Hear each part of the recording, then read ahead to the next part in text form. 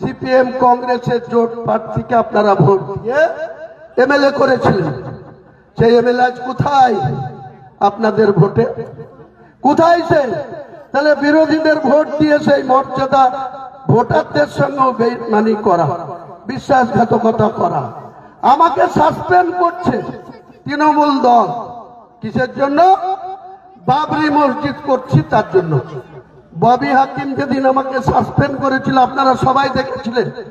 আর দুজন মুসলিমকে, একটা এই রঘুনাথগঞ্জের আকরুজ্জামান, ওর বাপ এমএলএ ছিল হাবিবুর রহমান 4 বারে, তার ছেলেও আমাদের বন্ধু, একসঙ্গে এমএলএ হয়েছিলাম 2011।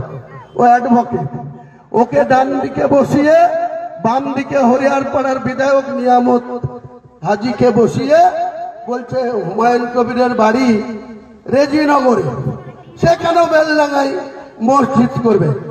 এই ফেয়াদ হাকিম, এই কস মুরগি, তোর বাপের বাড়ি ছিল গয়ার, বিহারের গয়াতে, আর তোর মা হচ্ছে এই মমতা ব্যানার্জির আপন মাসি।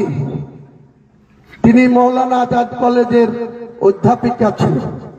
তুই আর মমতা ব্যানার্জি খালাতো ভাই বোন, আমাদের মুসলমানের ভাষায়, আর হিন্দুদের ভাষায় মাসতুতো ভাই বোন।